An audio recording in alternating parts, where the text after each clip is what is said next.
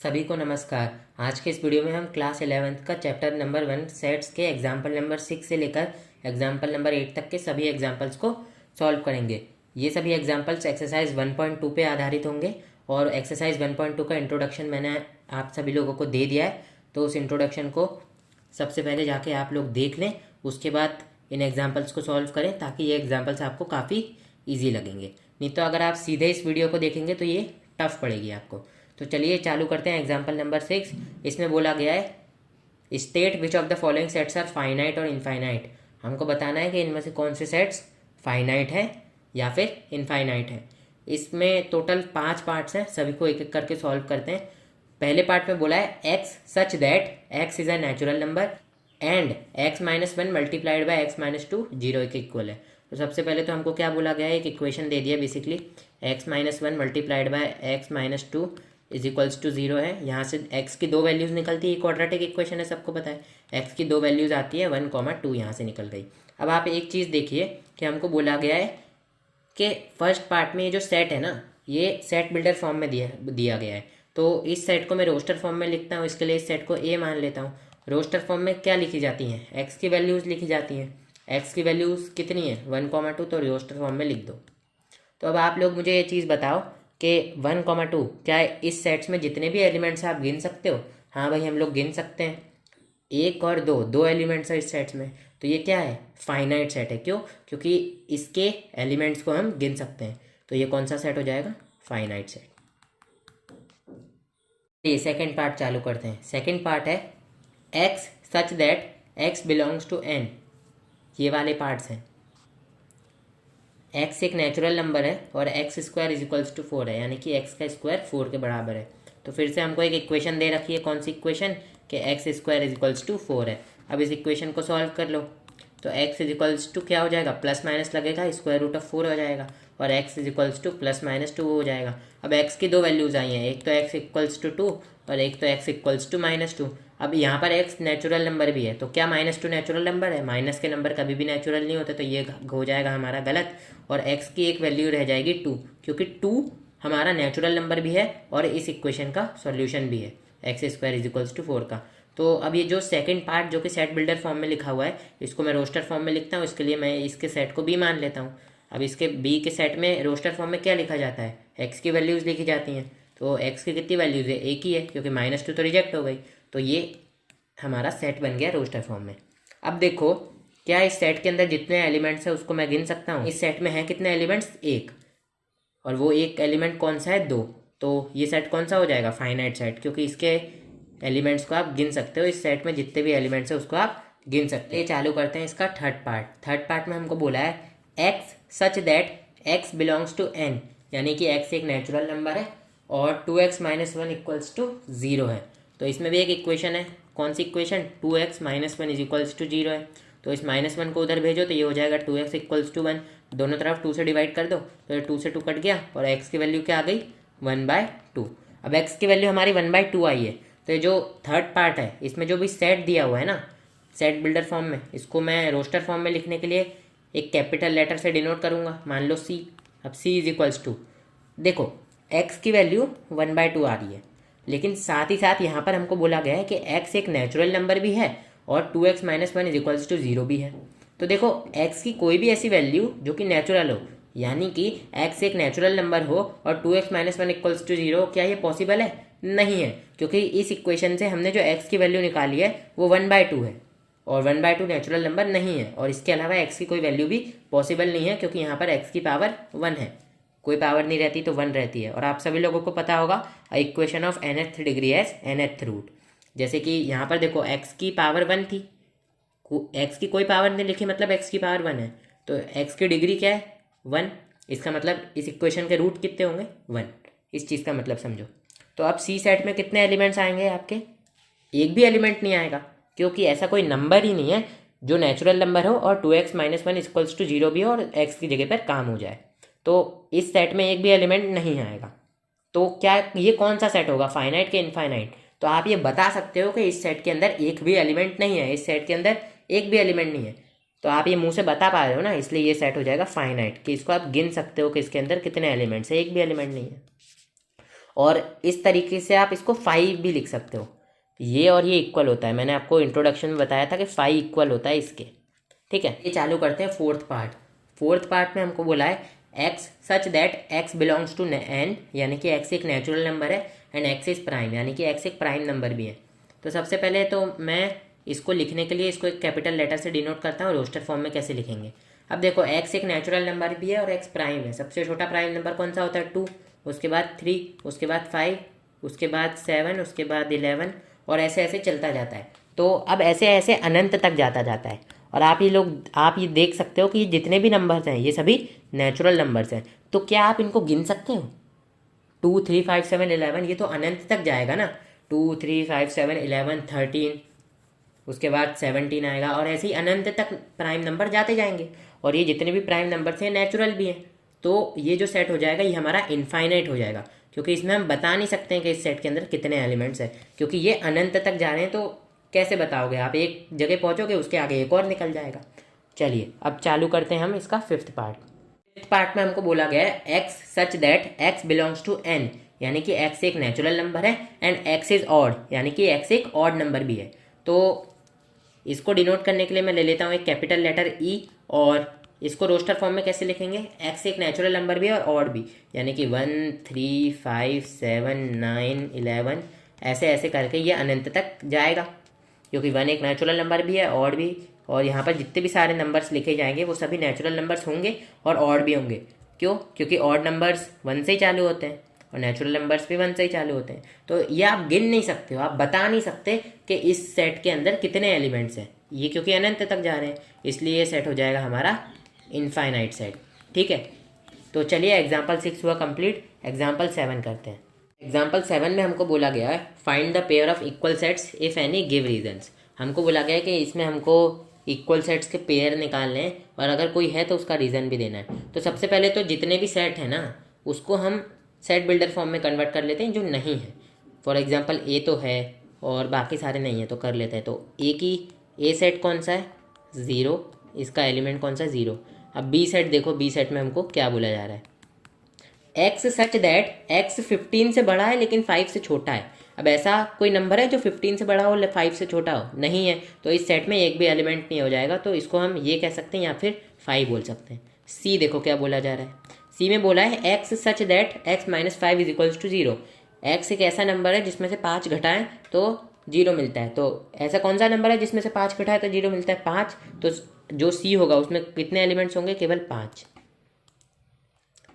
ये middle braces ढंग से नहीं बने, ढंग से बना देता हूँ। ठीक है, अब देखो डी देखते हैं। D such that x square is equals to 25, यानी कि ये इस इक्वेशन को यहाँ सॉल्व करते हैं। X square is equals to 25 है, तो एक्स की वैल्यू क्या आ जाएगी, प्लस माइनस लग जाएगा, स्क्वायर रूट हो जाएगा, तो स्क्वायर रूट ऑफ 25।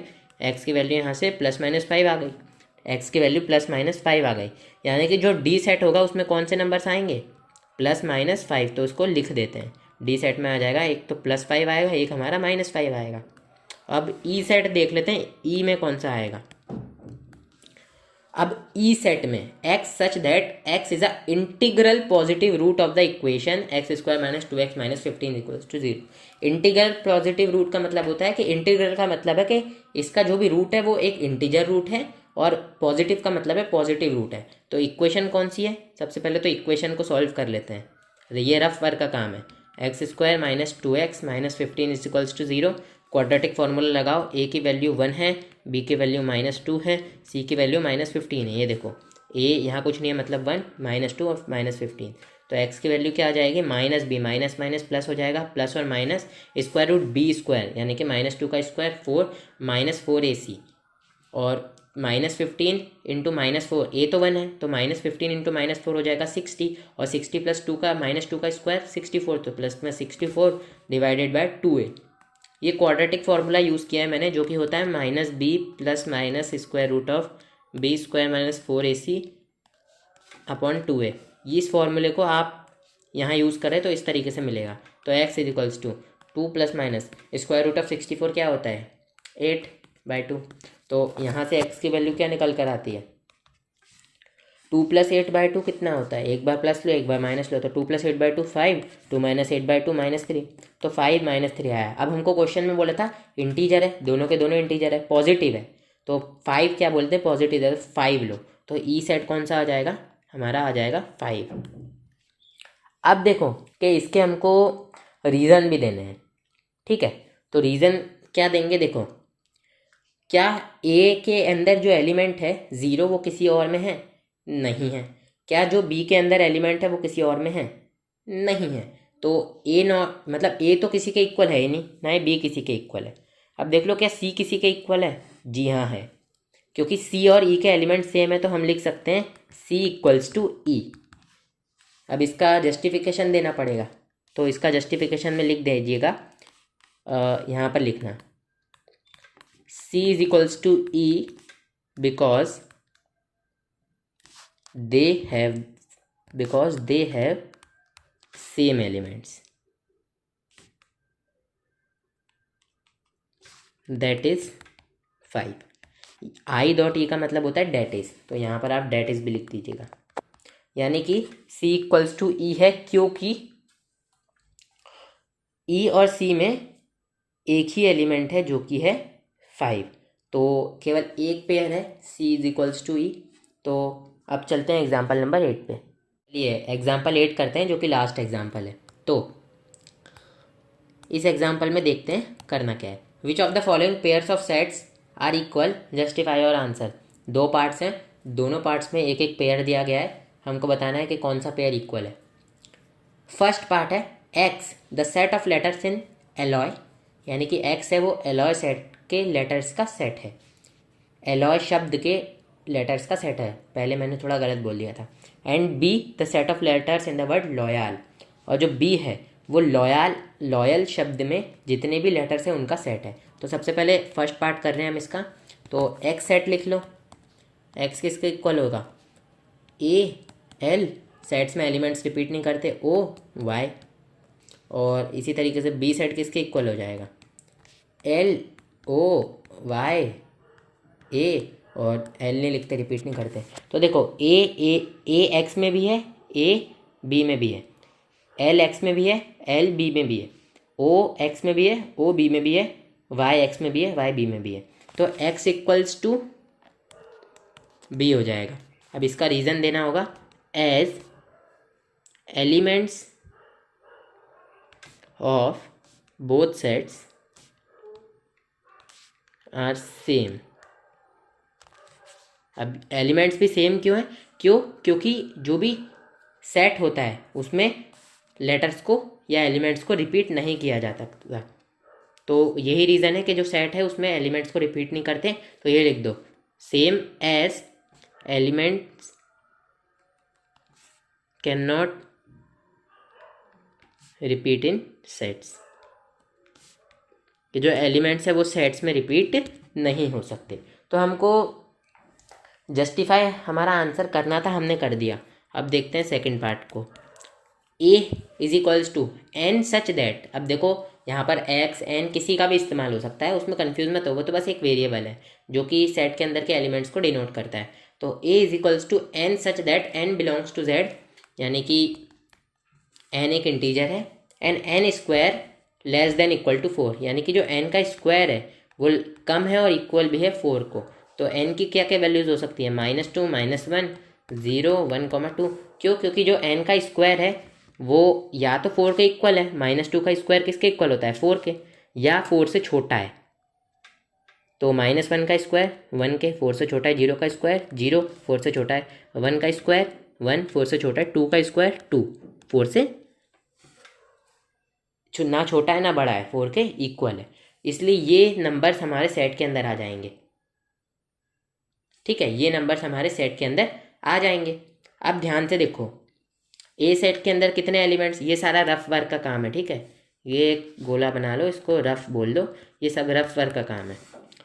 तो सेट के अंदर कौन से एलिमेंट्स आएंगे, -2, -1, 0, 1, 2। अब बी सेट है x such that x belongs to R and x square -3x + 2 is equals to 0। वाह वाह, क्वाड्रेटिक इक्वेशन आ गई, सॉल्व करेंगे। X square -3x plus 2 is equals to 0 है।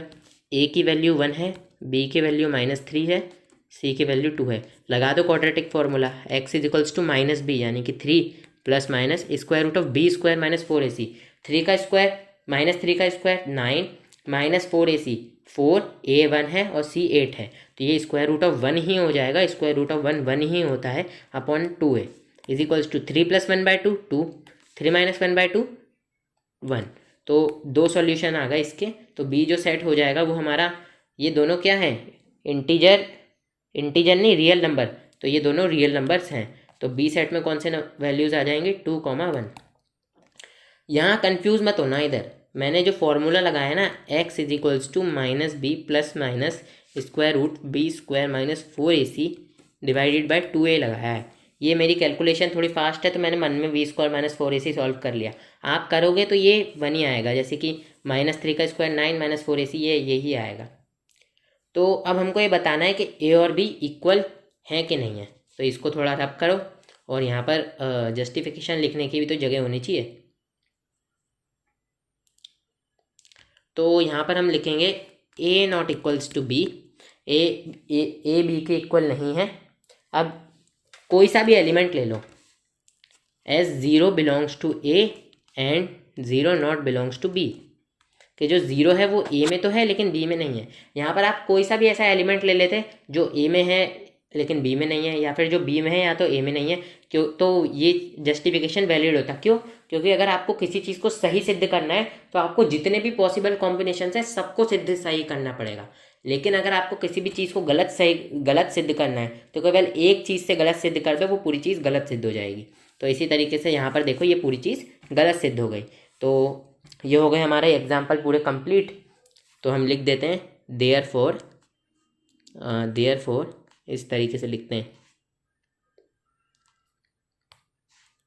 Therefore a not equals to b। तो यहाँ पर हमारे जितने भी एग्जाम्पल्स थे ख़त्म हुए, थोड़ा बोलने में पहले दिक्कत हो गई थी। अगले वीडियो में हम जो एक्सरसाइज 1.2 है उसको पूरा सॉल्व करेंगे। 1.2 में टोटल 6 क्वेश्चंस है, सभी के सभी क्वेश्चंस को उसी वीडियो में करेंगे। तो अगर आपको ये वीडियो अच्छा लगा हो तो इसको अपने दोस्तों के साथ शेयर करें, जो भी क्लास 11th में जिनने भी मैथ्स लिया हो, और इस वीडियो को लाइक भी कर देना क्योंकि लाइक करने से मुझे मोटिवेशन मिलता है। तो थैंक यू सो मच। और हाँ, मैंने डिस्क्रिप्शन में डिस्कॉर्ड की लिंक भी दे दी है। अगर इस वीडियो में कोई भी डाउट हो ना, डिस्कॉर्ड ज्वाइन कर लेना। वो लिंक पे आप क्लिक नहीं कर पाओगे। डिस्कॉर्ड पे आप प्ले स्टोर पे जाना, डिस्कॉर्ड डाउनलोड करना और वहाँ पे साइन इन कर लेना, रजिस्ट्रेशन कर लेना। रजिस्ट्रेशन करने के बाद आपको साइड में एक ऑप्शन आएगा जिससे ऐड सर्वर का, वहाँ पर वो लिंक मैनुअली लिख देना, क्योंकि अभी पता नहीं किसी कारण से वो लिंक काम नहीं कर रही है।